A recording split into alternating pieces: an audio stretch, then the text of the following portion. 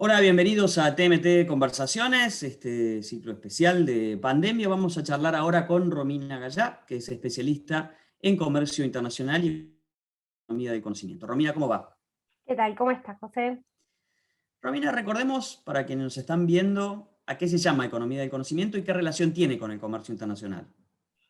Bueno, la economía del conocimiento reúne todas aquellas actividades que requieren tecnología o capital humano para usar esa tecnología. Es un sector súper amplio en el cual hay sectores como por ejemplo software, servicios profesionales, biotecnología, nanotecnología, audiovisuales, o sea, es un sector realmente muy amplio.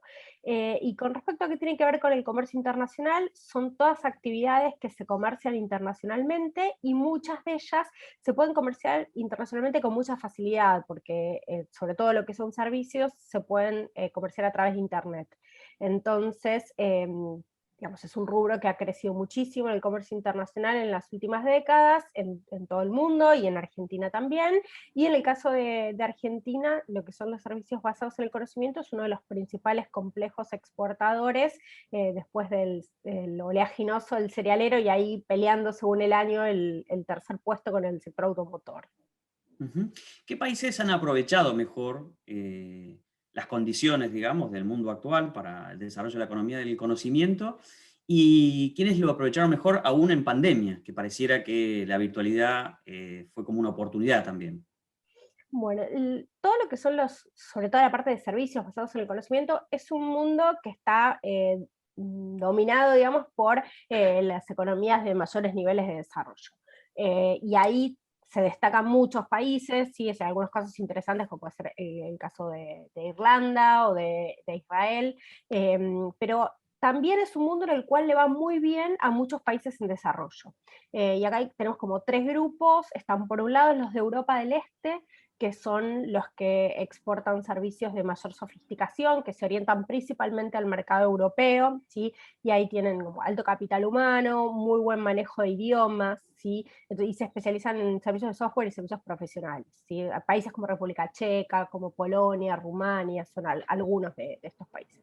Un segundo grupo son los asiáticos, en los cuales compiten principalmente por precio, ¿sí? Aunque en algunos casos, por ejemplo, India es uno de los principales exportadores de servicios de informática del mundo, tiene muy buenos ingenieros a costos muy competitivos, pero también hay otros países como por ejemplo Filipinas que compiten justamente en segmentos de menor sofisticación, pero muy baratos, ¿sí? Ujú. Esos venden servicios, o sea, muchos servicios a Estados Unidos, por ejemplo, pero tienen la desventaja del uso horario. Entonces, ahí venden por ahí algunos servicios que requieren cobertura 24 horas, como puede ser algún servicio técnico, por ejemplo. Y en el tercer grupo tenemos a los latinoamericanos, que ahí son más caros que los asiáticos, más baratos que los europeos, también están en un nivel en general intermedio de sofisticación, pero también es bastante heterogéneo entre la región. Hay algunos países como Uruguay, por ejemplo, que tiene muy buena calidad, pero es más caro, ¿sí? Argentina es más barato que Uruguay, tiene muy buena calidad también de capital humano. Chile, sí, Colombia está creciendo muy rápido, Costa Rica, en términos per cápita es líder en la región, ¿sí? Y después hay otros que vienen tal vez un poco más rezagados, pero ganando territorio, que por ahí están más especializados en lo que es precio por ahora, como puede ser el caso de Perú o algunos otros países de Centroamérica. Ujú. En el caso de quienes lo aprovecharon mejor en la pandemia, bueno, en términos de sectores, todo lo que es software, servicios de informática, fueron sectores que ya venían siendo muy dinámicos y la pandemia les dio un impulso adicional porque generó que todos los sectores tuvieran que reconvertirse o que tuvieran que por lo menos acelerar su transformación digital. Entonces hay mucho más teletrabajo en todo el mundo, entonces esto dio, por ejemplo, para todas las empresas de seguridad informática. ¿Sí? O sea, Ujú. que el hecho de que la gente trabajara en la casa implicaba que, o sea, usen sistemas hogareños mucho más vulnerables, entonces que hubiera que hacer más inversión ahí. Si esto te hablo a nivel mundial, ¿no? Fue un sector mucho más dinámico, incluso en Argentina, si uno mira, los datos están hasta el tercer trimestre por ahora, pero servicios informáticos es uno de los sectores que creó más empleo, mientras todo el empleo en la economía caía, es un sector que siguió creciendo y dentro de la economía del conocimiento es el único que siguió creciendo también en este periodo. Son como Ujú. los grandes ganadores. A nivel de países, Argentina venía muy bien en los últimos años y se empezó a quedar un poco atrás, en gran medida por cuestiones de políticas, y mientras todo el mundo está incentivando estos sectores, en Argentina han adoptado algunas medidas que son bastante malas para el sector, en particular, por ejemplo, el cepo cambiario. Ujú. Entonces, esto ha sido un gran desincentivo para el sector, y bueno, esto hace que vayamos perdiendo protagonismo y que otros países como Chile o como Uruguay, como Colombia, se empiecen a volver más atractivos para las inversiones. Ujú. Ya entrando en Argentina, vos mencionabas algunas de las condiciones macroeconómicas Mm, como el cepo, pero también en los últimos años, en los últimos meses, te diría, tuvimos algunos otros episodios, ¿no? Como mm, la ley de teletrabajo, como de alguna manera, persecución a las sociedades digitales, a las nuevas formas jurídicas, ¿no? Las mm, famosas SAS, o sociedades por sí. acciones simplificadas, y luego la suspensión primero y la demora después de la sanción de la Ley de Economía y Conocimiento. Esos elementos y algunos otros que por ahí me estoy olvidando, ¿cómo jugaron o juegan en el desarrollo o no de la economía del conocimiento en Argentina? Bueno, realmente todo esto de cambio en el marco regulatorio, cambio para mal justamente, ha sido un gran problema. Es un problema cuando uno lo piensa solo en Argentina, pero también esto no hay que mirarlo solo como si fuéramos el único país del mundo. Hay que tener en cuenta que todo el mundo, bueno, por lo menos la gran mayoría de todos esos países que te mencioné antes, y muchos otros, están adoptando políticas o ya cuentan con políticas de estímulo a estos sectores. Y son sectores donde es muy fácil relocalizar una inversión. Incluso a veces no hace falta relocalizar nada, simplemente es constituir una sociedad en otro país y seguir empleando a la gente en Argentina o en otros lugares. Entonces, desincentivar a estos sectores es realmente perder una oportunidad muy grande, y sobre todo en un sector donde Argentina es competitivo por ahora, es competitivo, digo por ahora porque todo este marco regulatorio juega en contra. Por ejemplo, el caso de la Ley de Economía del Conocimiento. Había cierto consenso en que, no, gran consenso en todo el espectro político, de que la ley de software había tenido resultados satisfactorios y que valía la pena hacer algo similar para toda la economía del conocimiento. Se aprobó la ley en el 2009, con apoyo de todos los partidos políticos, había tenido solo 2 votos en contra en diputados, unanimidad en el Senado. Cuando la ley tiene que entrar en vigor, se suspende.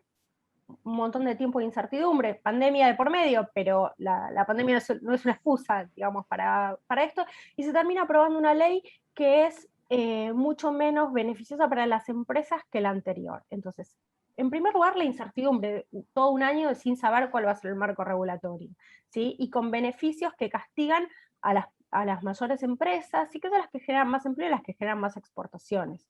Entonces, eso claramente es un desincentivo muy importante. También la ley de teletrabajo, que no motiva a las empresas a que tengan gente trabajando en sus casas, que es algo muy común en estos sectores, y que es algo elegido tanto por empleados como por empleadores, porque le conviene a todo el mundo. Bueno, este marco regulatorio hace que no sea conveniente. Lo mismo con las AS, que frena a los pequeños emprendimientos. Entonces, toda esta combinación es anti-economía del conocimiento. También, o sea, muchas de estas medidas, o sea, las SAS no perjudican solo estos sectores, ¿no?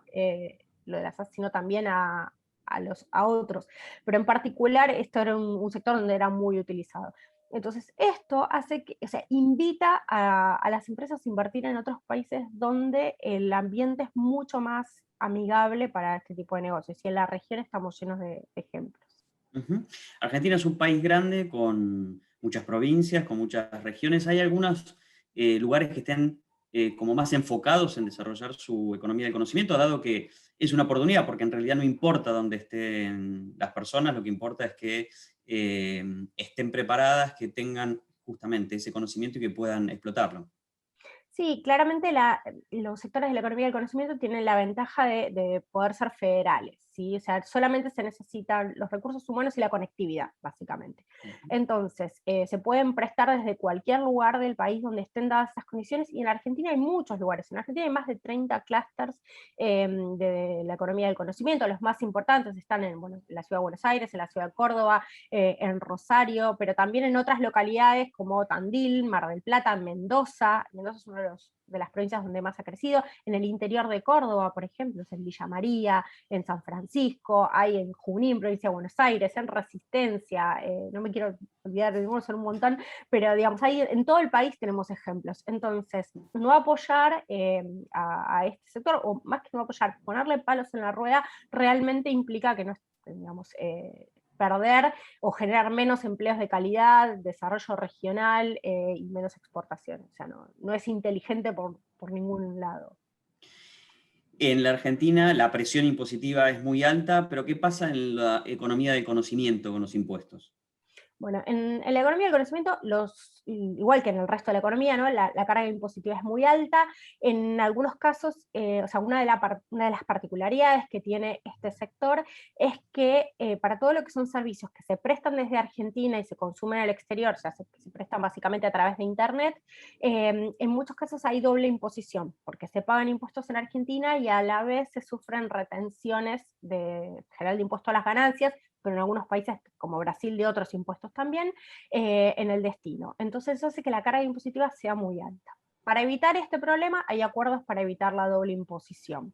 Argentina tiene muy pocos acuerdos, ¿sí? Entonces también sería prioritario negociar acuerdos que permitan, hay, o sea, distintos mecanismos para evitarlo, pero si uno paga impuestos en un país, que no tenga que volver a pagar en Argentina, ¿sí? Entonces eso también es prioritario, porque sobre todo teniendo en cuenta la carga impositiva que tienen en Argentina, y que la Ley de Economía del Conocimiento original o sea, bajaba mucho la carga tributaria.